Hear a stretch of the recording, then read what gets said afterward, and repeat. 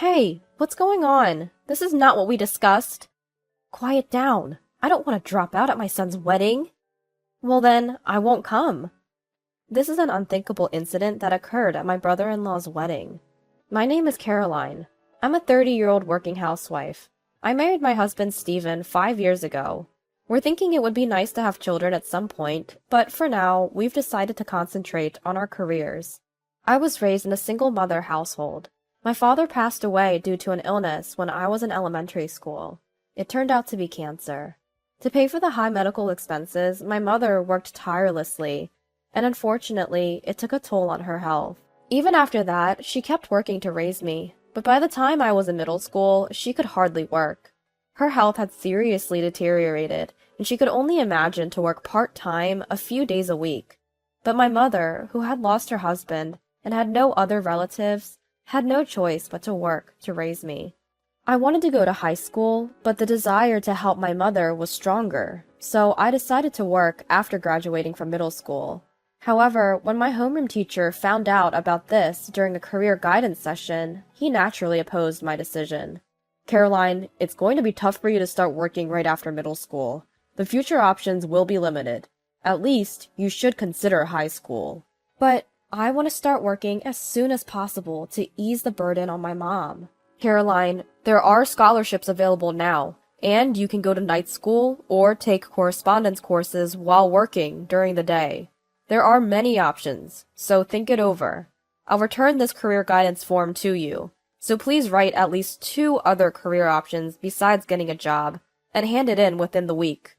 I reluctantly took the form returned by my homeroom teacher and decided to research on the internet using my mother's cell phone when I got home.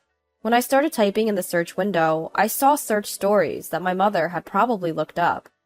High school scholarships, financial assistance for non-taxable households, high school welfare benefits. I was curious, so I decided to search for them. Then I found out that there are indeed scholarships and various other systems available, just as the teacher had said.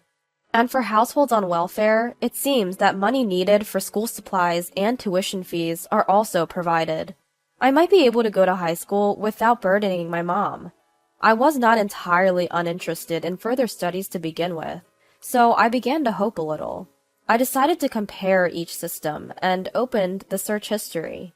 And below the pages I had searched, there was something incredible. There were histories of question and answer sites and city websites my mother had searched for. Search history showed signs of keyword searches for welfare application, conditions to receive welfare, what to do when denied welfare, and not allowed to apply for welfare. These search histories seemed like cries from my mother's heart to me. Perhaps my mother had researched for my sake, learned about welfare, but was turned down at the counter and couldn't receive an application. Seeing this, I just couldn't think or research about going to high school anymore. And then the weekend came. When my homeroom teacher asked me, "Have you thought about your career path?" I replied that I simply couldn't consider going to high school. As expected, my teacher looked dissatisfied. Though no further guidance came during that moment, my mother received a call from the school in the evening. After hearing the situation from my teacher, she confronted me. "Why are you thinking about getting a job? If it's about money, I'll figure something out. Please, just go to high school." I responded, "But Mom, you know you've been denied welfare, right? I know going to high school costs more than a scholarship can cover." "How did you know?" "I saw it when I borrowed your cell phone. Since Dad passed away, it's been just you and me. What am I supposed to do if something happens to you? Please don't push yourself anymore. I'll work once I graduate to make up for all the hard work I've put in." Tears streamed down my mother's cheeks at my words. The person who was probably the most worried about my education and our finances was my mother herself. Sobbing, she hugged me and kept repeating, "I'm sorry. I'm so sorry." Thus, due to my strong will, I decided to work right after graduating from middle school instead of proceeding to high school. However, finding a job as a middle school graduate was very difficult, as most job postings required at least a high school or an associate's degree. Even if the job didn't require a certain level of education, an ordinary middle school graduate with no qualifications would likely be rejected during the paper screening process. Eventually, I ended up working part-time until 6 p.m. after graduating from middle school.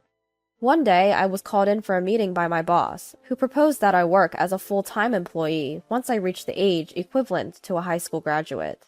According to my boss, my diligent work ethic despite my young age had been noticed. There were some conditions to meet, but I gladly accepted the offer.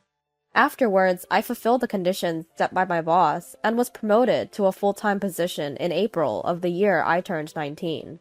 Despite many hardships, my life was sailing smoothly. It was around this time that I met my current husband, who I was introduced to as a business partner. We got closer through work meetings and began to discuss personal matters. He also lost his father in a traffic accident and was raised by a single mother, similar to my situation. We clicked instantly over our shared experiences, which eventually led to a relationship and marriage. When we went to meet his mother, she initially welcomed me, but turned hostile when she learned that I was a middle school graduate. "I can't believe you didn't even go to high school. We may be a single mother family, but I managed to send Stephen and his brother Robert to high school and college. Even if it required scholarships, it was possible to attend high school. What was your mother doing?" "Mom, that's no way to talk. Our circumstances were due to an accident, and we also had compensation from the other party. Caroline's family has its own issues. It's not fair to compare like that." If you do your research and follow the proper procedures, there are many grants and supports available. No offense, but it makes me think either she had poor grades that prevented her from going to high school, or both mother and daughter are simply ignorant. Either way, she's no good as your wife. I can't approve of a marriage with such a woman. The harsh words I received had left me deeply frustrated. My brother-in-law, Robert, had mocked me incessantly for only having a middle school education, making acceptance by my husband's family seemingly impossible. Eventually, we defied their approval and got married, sort of eloping, and had a private ceremony. Given the circumstances surrounding our marriage, my husband and I found ourselves largely estranged from his family. Nothing improved over time. Our relationship was merely superficial, limited to basic greetings.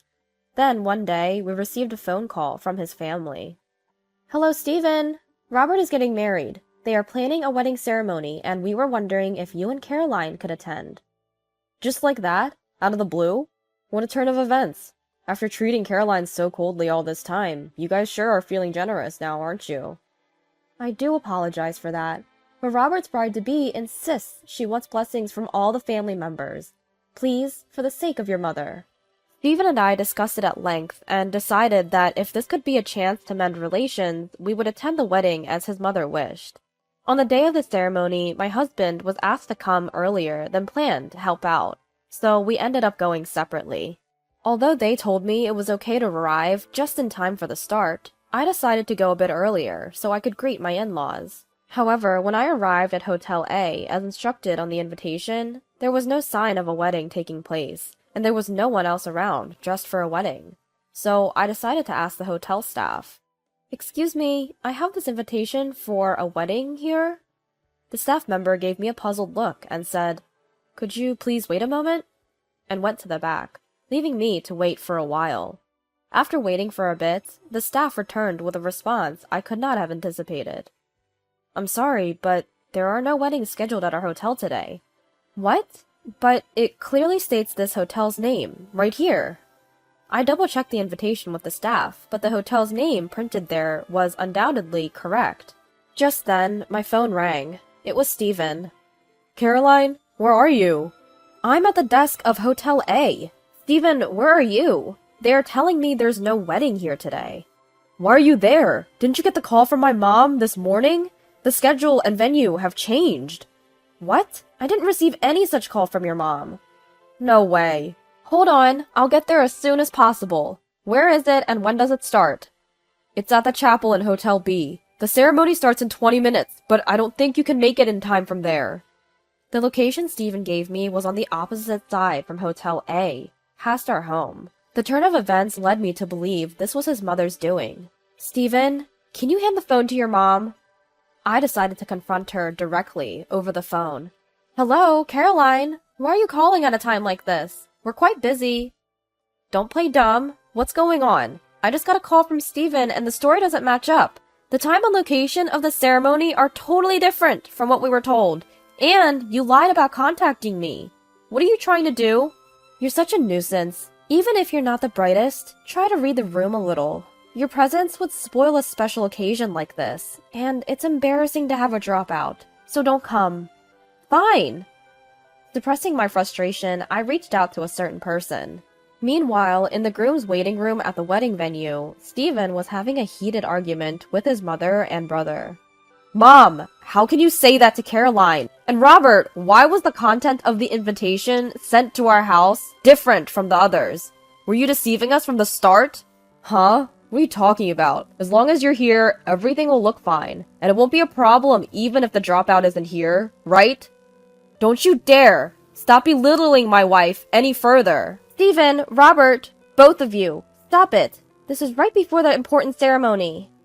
Who do you think caused this massive bride harassment at this important ceremony? At that moment, there was a knock on the waiting room door.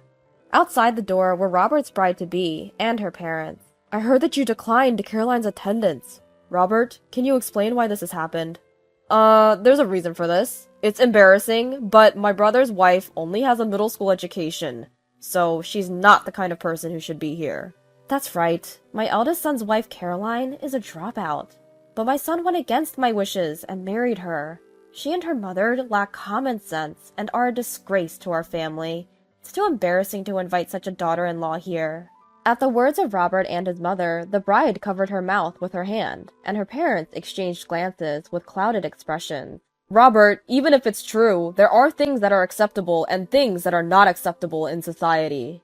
The bride's father said so, showing the screen of his smartphone. What? How did you get a hold of that? What the bride's father showed to everyone present was the image of the invitation sent from the in-laws to us. Actually, the bride's father is my former boss. Although he is no longer my direct boss due to a transfer, he was the one who did everything he could to help me get promoted, and I owe him a lot. Also, the bride had once worked part-time at my workplace, so I was acquainted with her. It seems that you and your son have a misunderstanding. My daughter and I know Caroline very well, and she's not the person you describe. She was a child who struggled with her family environment, but she's always been a dutiful daughter who loves her mother. She never forgets to be considerate to those below her, and she took good care of my daughter when she was working part-time for work experience. What? But... As Robert stammered, this time the bride spoke. What my father says is true. When I was in high school, I used to work part-time at his office. Being young and naive, I wasn't well liked by my coworkers. But Caroline always stood up for me. She also helped me when I was being bothered by a difficult customer, and she always took the time to explain things that I didn't understand at work. My father and I are truly grateful to Caroline, and to think that someone would treat our benefactor in such a way. At the bride's words, her mother-in-law was shaking with anxiety. She began to shout, obviously at the end of her patience. Well, education is important, isn't it? I made sure my sons were well educated, so I wouldn't be ashamed to introduce them anywhere. Even made sure they graduated from college. And in this day and age, to only have a middle school education?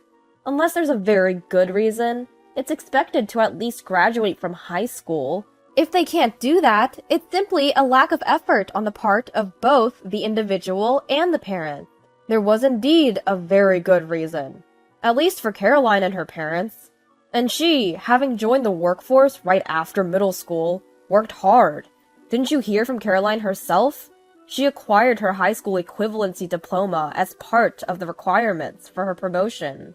Actually, I took a high school equivalency exam as a requirement to be promoted to a full-time position.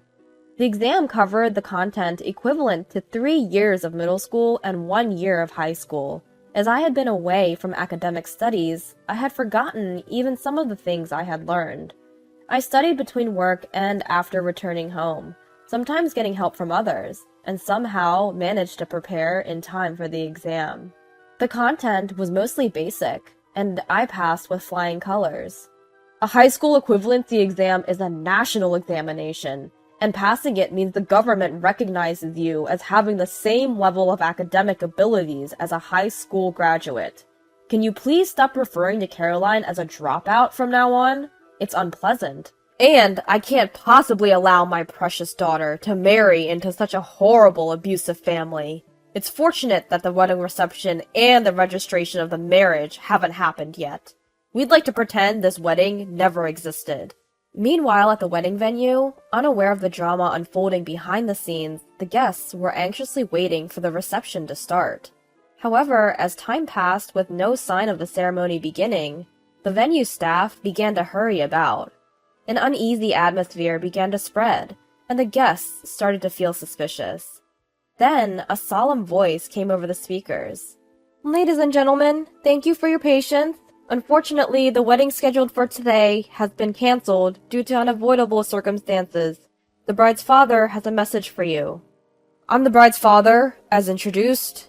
Despite your efforts to adjust the schedule for today's occasion, I deeply apologize for the sudden turn of events, and I am sorry to inform you that due to the discovery of malicious harassment from the groom's side, the marriage has been called off. I take full responsibility for not noticing this until now. The reception has been cancelled, and we will proceed with a simple dinner.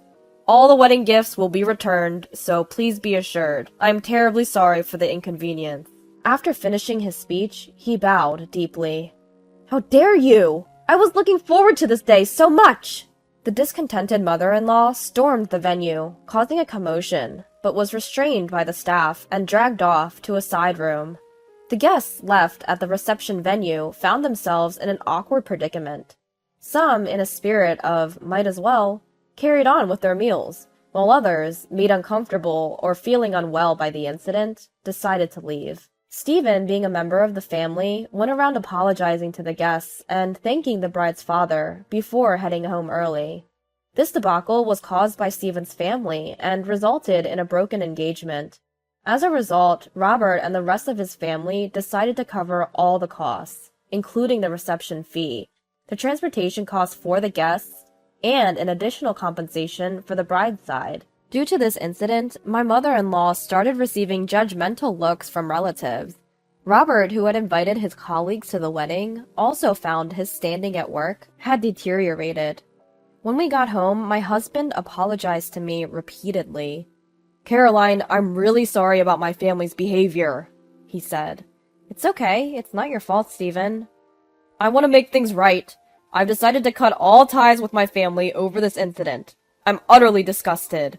We live quite close to my mom's house, so how about we move closer to your mom and start over in a new place? If it's okay with you. We could live with your mom." "Really? Thank you, Stephen."